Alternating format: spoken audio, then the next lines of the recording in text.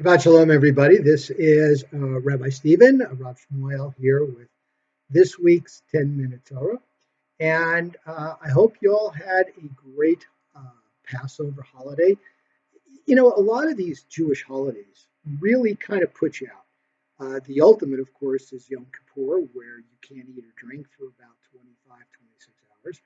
And Passover is probably right behind it with having to watch what you eat and not being able to indulge in some of what may be your favorite foods for 7, 8 days. But the question is, how do you feel afterwards? Do you feel like you've accomplished something? Do you feel spiritually elevated? Because that's really kind of the idea. The fact that you're actually not just talking, you're actually doing. And at the end of these festivals and holidays, you feel like you've accomplished something. Maybe you feel inspired. Part of it is to push the boundaries and show you that you can overcome, because that's really what Judaism is all about. It's about not just obeying the commandments and reminding yourself of the covenant, but the fact that Judaism has you push the boundaries, constantly pushing the edge, and the fact that you're doing more and more and showing you that you can overcome temptation. That's the ultimate goal here. Of course, it's to be involved in the holidays.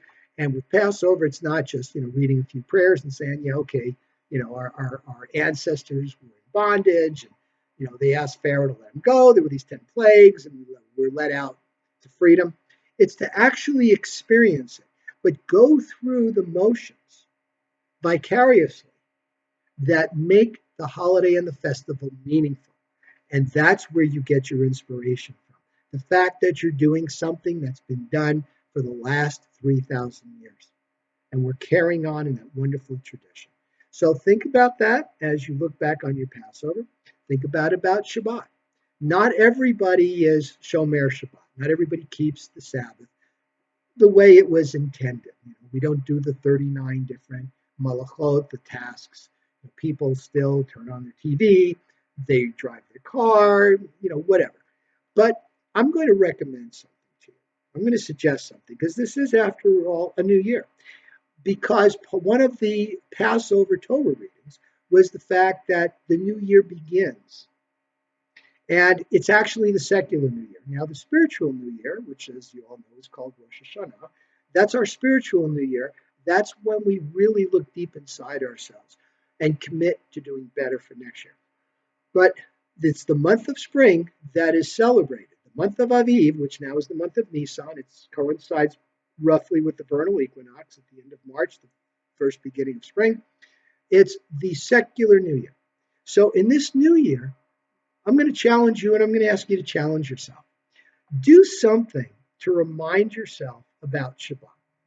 So maybe you come to services, and instead of going right to the TV after services and turning on the game or doing whatever, read something. Read something Jewish. Just spend an hour reading the Torah, reading a Jewish book, something that makes that day different from the other 6 days. So anyway, and you let me know how it goes. All right, so now that it's after Passover, we resume the flow of Torah with the Parashat Shmini. So Shmini means 8. And Shmini starts out with the 8th day after the consecration of the priests. And what is the 8th day? So they've gone through a week of being ordained, being anointed, being consecrated, and now they are told, the priests are told, to sacrifice a bull for their sin offering. And they're also told to sacrifice a goat. Let's just call them offerings. I know people prefer the name offering than sacrifice these days with PETA and everything. So it's an offering for a goat, for the people. And why the sin offering? Well, the sin offering because we all sin. Every one of us sins. It's not just because we did this, we did that. We did this, and we did that, and we did that, and we did that. We had impure thoughts. And part of it is to keep our thoughts in line with what's right. Doing what's right, doing what's pure. And even though we're people, God made us flawed, and He made us flawed so that we spend our lifetime between birth and death, achieving growth, doing something, being better than what we started out with. So the sin offerings I submit to you is because we're all flawed in one way or another. And it's just a way, to acknowledge that and to, make every day kind of a mini Yom Kippur. Because we do say in our daily prayers 3 times a day during the week, not on Shabbat, but during the week, pardon me for I have sinned, forgive me for I have erred. Forgive me for I have sinned, pardon me for I have erred. One of those. So that's what the offerings were for. The next chapter is a tragedy.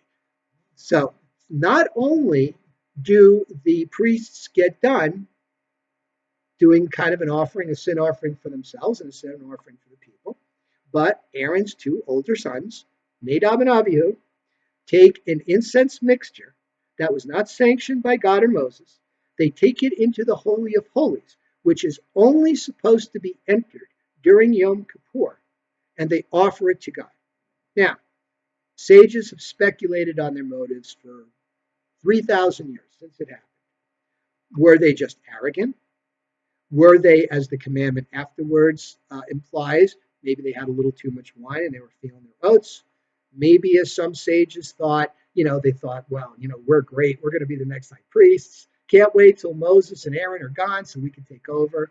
And maybe it was arrogance. Maybe they felt this feeling of kavod, this feeling of just dedication to Hashem, and they were just so intent on offering something.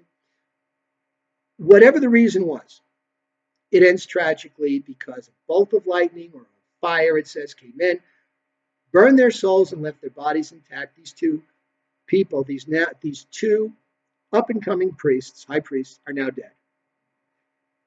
And Moses tells Aaron and his sons, do not mourn for them. In fact, we don't even want you to contaminate yourself by dealing with the body, which would be the duty of the next of kin. Instead, send your cousins to deal with it. And do not mourn. So we can only guess what happens. But it's interesting. You look at the Torah in terms of context, in terms of the flow. Here they are in the chapter, the first chapter of Shmini, doing the sin offering, and the next thing you know, they're sinning. And part of it was because it says the implication is that they had a little too much wine and weren't thinking straight. So there's that. The next chapter is a little bit longer, and here we are introduced to the idea of kashrut. Now, we've encountered kashrut in previous chapters during our study of Torah, and the one law that we got was that do not cook a kid in its mother's milk. And we've heard this a few times. So far, that was it. There have been some implications as to what's kosher and what's not, but here it's actually laid out. We are actually told here, okay, which animals are kosher and which aren't. Because remember, before the time of Noah, this was not an issue. People were on pretty much a vegetarian diet. In fact, the Israelite diet, the Hebrew diet, was pretty much, I would say 85-90% vegetarian. The only time the Israelites really ate meat was during a festival or an individual celebration, or during an offering. That's when they ate meat. Nevertheless, it's important to denote which animals are kosher to eat and which aren't. And the general laws, okay, they name some of the animals, and if you look in whatever chumash you pick, some of them note them different ways. The Sansino says it was probably this, which is the conservative version. The Art Scroll, the Orthodox, says we're just going to use the transliterated names because throughout the ages, the ancient Hebrew, those words got lost. We really don't know what animals they were. So we're going to guess. And the reason we're going to guess, we're not just going to guess. It's going to be an educated guess based on the qualifications. So if it is a mammal, if it is a beast, cloven hoofs, choose their kind. Right? And it talks about the animals that do, the animals that don't. Next, it goes to the fish. Fins and scales, okay. Not fins and scales lives in the water, not okay. Birds. Now, the birds are interesting. It just basically lists the birds that are kosher and aren't kosher. But when the rabbis looked into it, they said, if it is a bird of prey, it is not kosher. eagle, hawk, raven, okay? Doves, pigeons, they're okay. Yes, pigeons. Pigeons are kosher. They are. Okay? In fact, they were offered at times. Um, Even talks about insects. There are some insects that were supposed to be kosher, but again, we've lost in antiquity what they were, so we just don't eat insects at all. Um, Lizards, amphibians, not at all. It's not kosher. Okay, snakes, no. so, so why are we kosher? Why those animals and not the others? Again, people have speculated there's health reasons, etc., and certainly this COVID thing with the bats. Maybe that's kind of an admonition right there. But the bottom line is that these animals, they were not pure animals. Now, people will go back and forth. Well, you ever see what a chicken eats? But it's the idea, and at the end of the chapter, it says, "This is what you will eat to be holy, because I am your God, and I am holy." And that's all we need to know. So Shabbat Shalom. Looking forward to seeing you in services. And thanks again for tuning in. Once again, hope Chag Sameach Pesach. Time to go back and eat some pizza and donuts and whatever you want. Shabbat Shalom.